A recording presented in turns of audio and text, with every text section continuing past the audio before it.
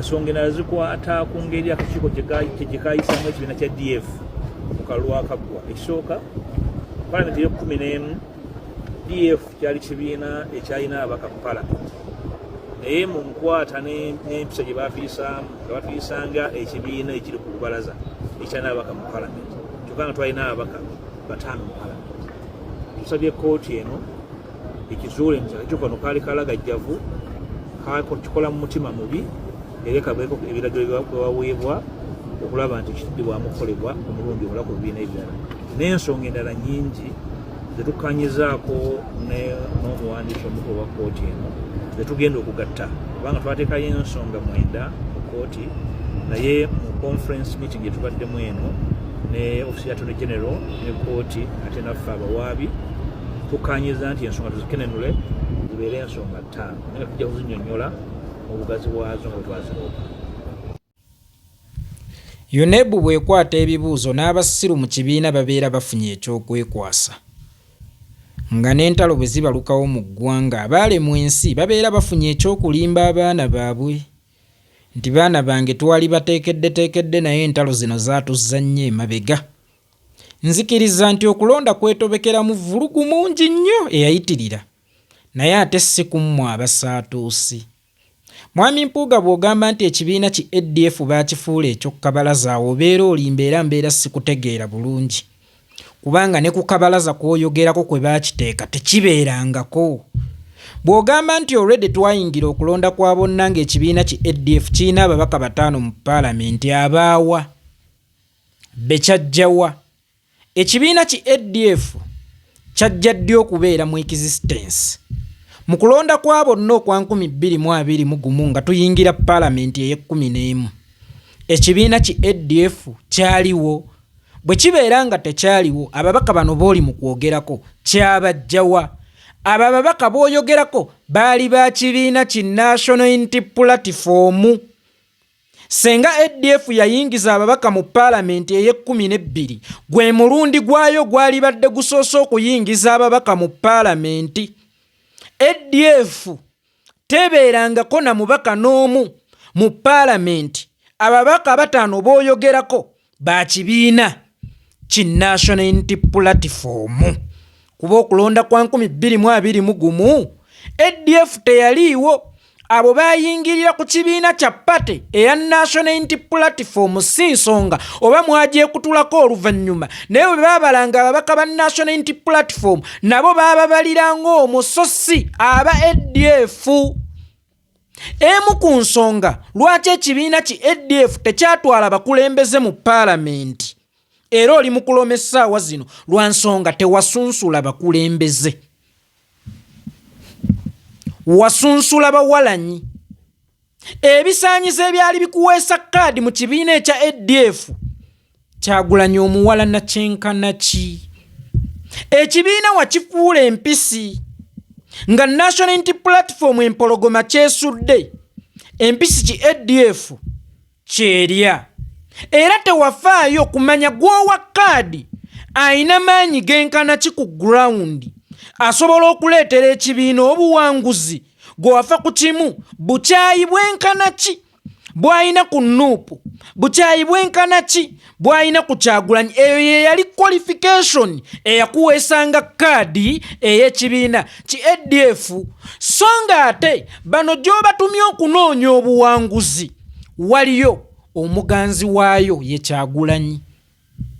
B'otumye mu bantu babaggireyo obuwanguzi basoose kuvuma mwagalwa w'abali, bati era still gwe n'osuubira nti basobola okugirayo obuwanguzi. Buli we wagwa Kyagulanyi yawangulawo. Ebitundu ebisinga ekibiina ki ADF we kyagwa, Kyagulanyi nga pulezidenti yawangulawo. Akabonero akalaga nti watumayo bantu bakyamu, watumayo bantu bakyawe. Gwe tewafokasinga ku maanyi ga mukulembeze ku ground. Gwe tewafokasinga omuntu ono abantu abapoloosa atya. Wafokasinga ku kintu kimu, Kyagulanyi omwagala kyenkana ki, Kyagulanyi wamukyawa kyenkana ki. Era tewaliiwo ayagala Kyagulanyi yali asobola kufuna kaadi eyo ogutali badde musango. naye ate eyavuma Kyagulanyi oba eyakyawa Kyagulanyi gwe wawa kaadi era nga ye qualification ekuyisaawo okufuuka card holder oba flag bearer ow'ekibiina ki ADF mu constituency still osuubira obuwanguzi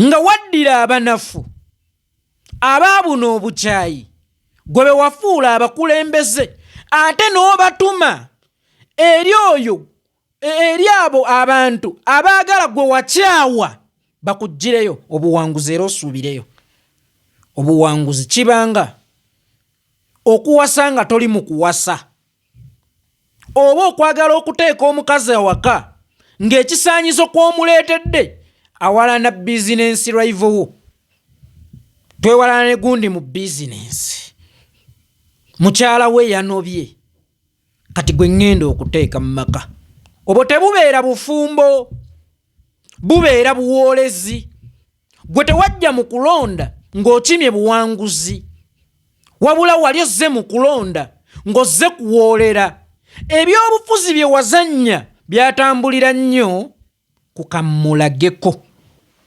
y'ensonga lwaki wakozesanga nnyo n'enjogera egamba nti tunaagenda okuva mu kalulu ng'ensi etegedde ani kapere ebyobufuzi tebabizannya batyo era nze kwolwo lwe nakkiriza nti ebyobufuzi obiruddemu naye oli juniya si buli abaludde mu nsi nti be bategeera era si abaludde mu nsi y'okkola nti be bamanyi okubala bizinensi omwana asobola okuba omuto ku ggwe nga wamusooka n'okutandika okukola n'akusinga okubala bizinensi senga wali siniya mu byobufuzi waali fokasinze mu kusunsula abakulembeze abakuleetera obuwanguzi so saabo abawalana Kyagulanyi oba abawalana ekibiina ki National Unity Platform gwe wazimba bawoolezi tewazimba bakulembeze wazimba bamanyi bukyayi so saabalina amaanyi ku ground era abamanyi okukulembera nakunyumizako ku bulumonde bumakyala jjajja wange bwe yasunsulangamu ng'asoggodde abaguzi batutte nange ne mbukwata ne ŋŋenda mbutunza abalina embizzi zaabwe bazifumbire zirye be bakulembeze be walina sigereze walonderera bamakyala abasuuliddwa eri nga gwe bw'oyita nti nze mujje mbasembeze Nupu yalibaddewa without Aida Nakuya oyo tumuwe kaadi agwanidde Lubongo yayanzijako ssente eza kaadi oyo tumuwe kaadi agwanidde Nupu yakola bweti oyo tumuwe kaadi agwanidde n'owunzika nga emirambo gyonna gye walonderera onsonyiwa okukozesa ekigambo ekyo olemeddwa gijjamu omuntu omu omulamu emirambo ne bw'ogikuŋŋaanya tosobola kugijjamu kiramu kimu wakuŋŋaanya abafu oyagala okubajjamu ekiramu ekyali kitayinza kusoboka walizimbye bakulembeze so si abawoolezi fokasi n'obwanga bwo wabuteeka mu kuwa abantu kaadi abawalana Kyagulanyi so si abalina amaanyi ku ground kyokka buli wabatumanga Kyagulanyi yayinawo amaanyi Kabbe gwe wennyini omuntu walisose ne weebuuza mu constituency yo ani yawangulayo kuba president ku ntebe nnene bw'aba Kyagulanyi yawangulayo kuba president ku ntebe nnene tebakubba kubanga wagenda ng'omuvuma ekyalaga ng'oli tayinza kulonda Kyagulanyi ate n'alonda ggwe senga yalonda ggwe teyalironze Kyagulanyi kubanga mu njiri yo wagenda ng'obakakasa Kyagulanyi bw'atagwanidde bwali kapere baali tebayinza kulonda kapere ate ne balonderako naawe omugezi it's either babeere ne kapere waabwe baleke ggwe eyeeyita omugezi siwali kifo kimu Katonda w'abeerera ne sitaani nga bakkaanya kimu either sitaani abukala ekifo oba Katonda n'abukala ekifo Kyagulanyi bw'aba yali sitaani gy'oli wali toyinza kuyitawo nga ne sitaani ayiseewo kyali tekiyinza kusoboka. Kyali tekiyinza kusoboka mwami Mpuuga. Kyali tekiyinza kubeera. Naawe walala we wateeka bakandidenti. Kyagulanyi bw'aba yawangulawo. Wawangulwa. Oba n'abantu bo baawangulwa. Kubanga be watumawo basooka kuvuma oli gwe baagala. Essuubi ly'abali baali tebayinza kuggyawo buwanguzi. Ekirala fokasinga nnyo ku balina amatirio g'obukulembeze.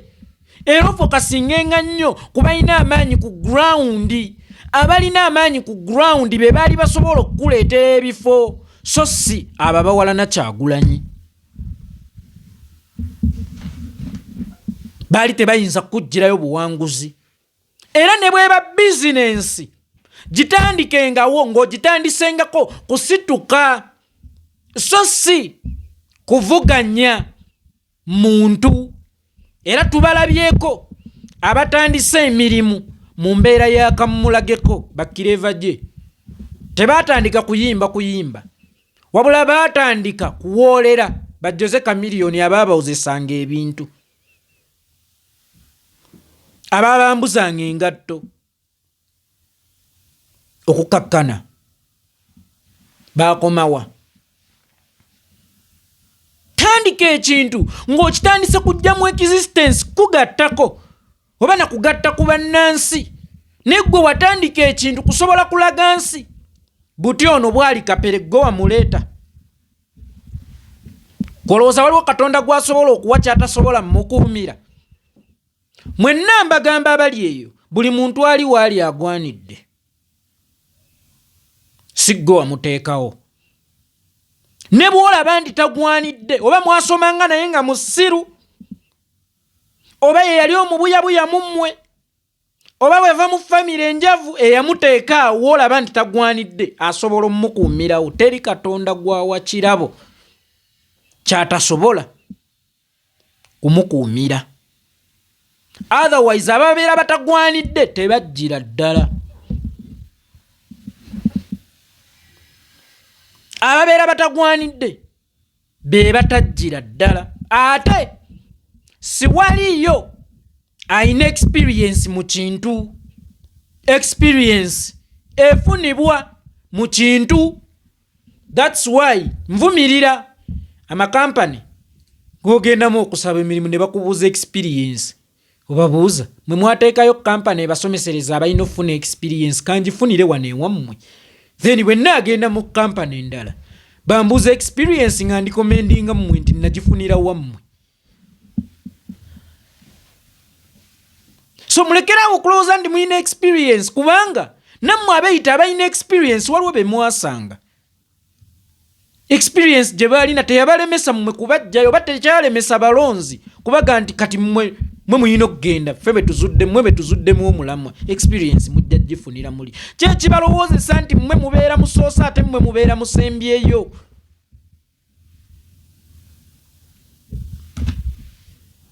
Awo wootudde buli woobeera nga waliwo eyavuddewo okutuulawo, nga gw'oggyeewo abadde amazeewo ebbanga, manya nti experience munnange si eyina okukulembera ebintu, wabula ejjira mu bintu bye birina okukulembera experience n'eryoka ejja. So mulekerawo okuga baveterandi bwe bajja baveterandi oba balegendi lwaki tebaggalawo nti kati eno tujjudde amaca tebalina kujja, era nga mmwe temwaggalirwa abaali baveterandi ab'obudde obwo. Kibiina n'okifuula kyabamacala, ategeera n'atategeera, simanya Aida Nakuya, simanya Fausta 5-5, abavumye obulungi Kyagulanyi, abavumye obulungi ba Lubongoya, nga gwe b'oyita come to daddy, kadi yiyo gyewangulidde n'olema ofokasinga kukulondoola, era tewalina na kakiiko kalondoola. Ono ali ata ku ground nkakasa kadi wazigabira ku social media na ku mikutu gya TV. Bokeera n'oteekako BBS amuvumye bulungi tugimuwe. bw'obeera n'obikkula TikTok amuwe mudde bulungi tugimuwe. Yensonga lwaki n'omu ku boogezi mbu omukwanaganya w'ebyamawulire yaani oyo omukyala Nakatto n'obwa Nakatto bwe nga y'omu ku bakulembeze ba ADF because yavuma bulungi Kyagulanyi. Kikulaga omutindo ko wasinziira okusunsula kuviira ddala ku bakulembeze ne ba flag bearer. Nakatto y'omu ku bakulembeze ba ADF kuba yavuma bulungi. Kale nno ng'ensi ekulinze na yonna gyodda otegeddeyo gyodda. Zimbanga ekintu ng'okizimbye ku lw'obulungi bwabo bw'owangaaliramu oba n'ensonga lwaki okizimbye so si okuwoolera. Okuwoolera success buwoolezi. Era ngamba mwenna abantu abali eyo tolwana nnyo kusika yakukola bubi oba gw'owulira nti yakukola bubi.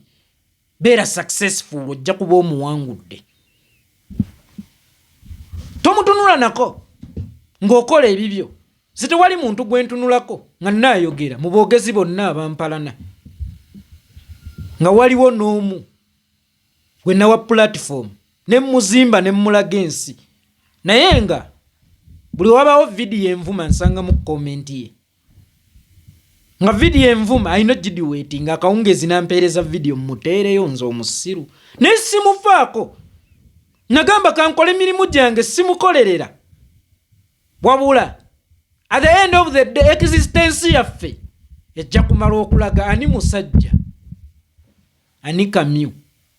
Omanyi abantu abamu bwe mulaba envi n'ebirevu n'emibiri eminene kibamala okulowooza nti muli bakabejja kuffa abatono era oluusi n'abato ku mmwe. Amanyi tetugapimira ku ebyo. Envi zo teziditamininga how wise you are, how powerful you are, how relevant you are. So temukolereranga nnyo bantu. Era temumamalirako budde ne muwulira nti babayisizza bubi. Kola nnyo osigalewo mu existence. Oli ne bw'oba tomukubye ekikono omubi asovaawo. Omuntu atakola bintu butuufu bwa kubikola avaawo. Gwe gwabadde awaalirira n'osigalawo. Era okuvaawo kw'oli munnaffe ono abadde aloma. Tukukulaga ani mugezi ani kapere. Waliwo kye tuyita self belief, too much confidence. Buli oweematiza ennyo kikuleetera obutateekamu maanyi mu byokola. Olowooza wakikuba dda so nga ate ensi eapudeetinga buli katikitiki akayita. Olaba essimu yeekola update mu software waayo ate gwe omuntu nga bw'oli emmere n'ogifuluma n'ozzaamu endala n'obulamu we buba bwetaaga okwapudeetinga nga bw'oapudeetinga olubuto. Kati bwe weegumya kaawo kadda kasangwawo kaddi lweyo olukadde lwe lumanya ensonda naye nalwo lwaliko olupya. Tusobola okuleeta olupya olulala nalwo ne lufuuka olukadde ne lumanya ensonda. Mwetuulako ng'engajjaba mu mbeera y'okulowooza nti mulwana na junior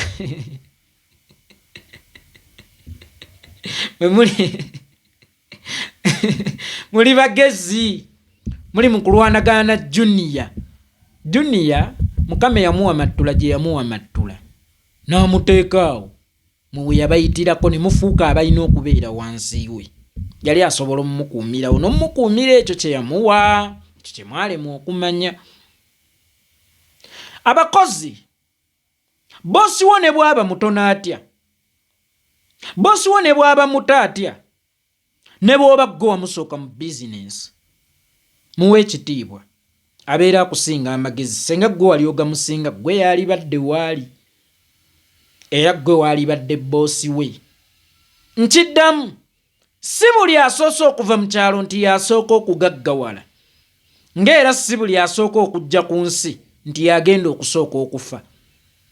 Omukadde asigala ku kitanda omuwere n'afa. Kati n'ensi bw'eri. Gw'osoose okujja e Kampala akusooka okugaggawala. Eyakusooka okujja ku nsi osobola musooka okufa. Eyo yensi. Obutassa mukono ng'asiika obulamu mu buli kyokola kyokka ng'okikola mu butuufu bw'okukikola. Ronaldo oyo omulaba. Omanyi lwaki agusambye paka ku myaka 42? Hard working. Buli lunaku ayagala okunoonya ebipya. Teyeetuulako nakikuba. Era abeetuulako bannakikuba. Tebaakivinze nga ye, tebaguwangaddeko nga ye, tebagugaggawaliddemu nga ye. Mu buli kyokola buli lunaku weetwale ng'omujja. Era buli lw'olabikako eri abantu weetwale ng'omupya. Oleme gannabagamba dda nnabamatiza dda. Senga zi Coca-Cola zaawumula zaatandika dda. Ne buli lunaku ziranga. Waliwo kampani nga MTN ne Airtel. Tetulina option ndala ya kutambuza ssente ne zikyalanga. Mu butuufu bw'okukola ki? Obw'okulanga. Mu buli kyokola. Making sure nti oli mupya ng'atabangawo. Teweegumyanga n'okulowooza nti wakikuba dda. Wamma kammalirize sibeerabiza gye twavudde kammawe wano. Yenze yeeko anyumya byewekkutira n'oleka emmere anti nnyumya bitungunu ne.